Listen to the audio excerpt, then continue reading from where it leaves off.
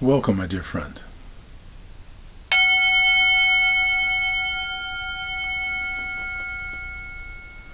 Welcome, welcome, welcome. Welcome to Touching the Edge. Thank you so much for joining.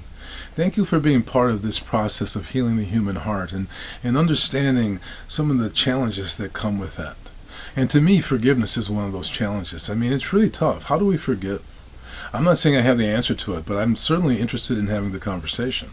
How do we forgive?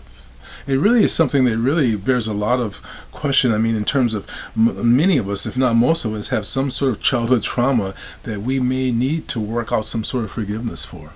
To me, and this is just my perception, that which we don't forgive, we are also carrying with us. I mean, if we can't forgive someone, there's a certain element that's sort of holding the keys to the jail cell, that we're like vigilant, that we're never going to let that door be open.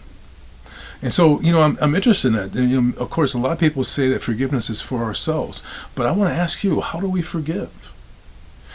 For me, there's a lot of elements that come to that. There's a passage from the Lotus Sutra. It goes something like this. It says, all things are altogether devoid. Not large, not small. Not born, not dying. No fault, no effort.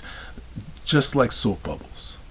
All things are altogether devoid, not large, not small, not born, not dying, no fault, no effort, just like soap bubbles.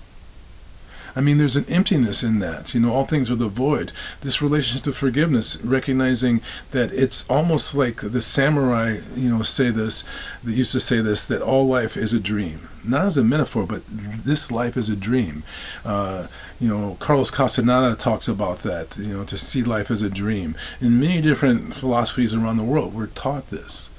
Life is a dream.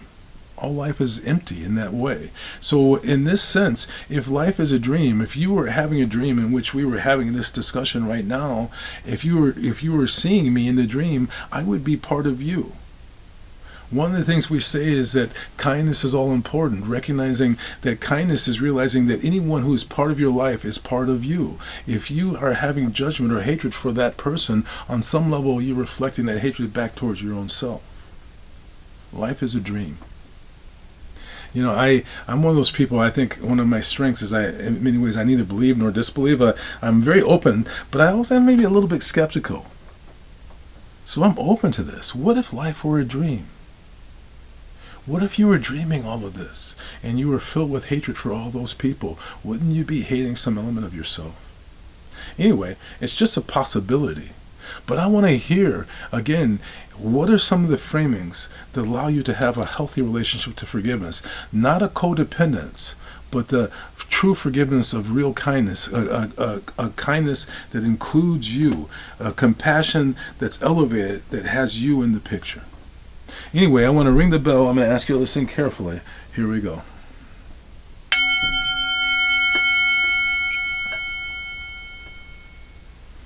These kind of deep questions, I feel that we should approach them as though we were the whole wide world. How do we want the world to approach forgiveness? I bring my hands together and I bow to you. Namaste.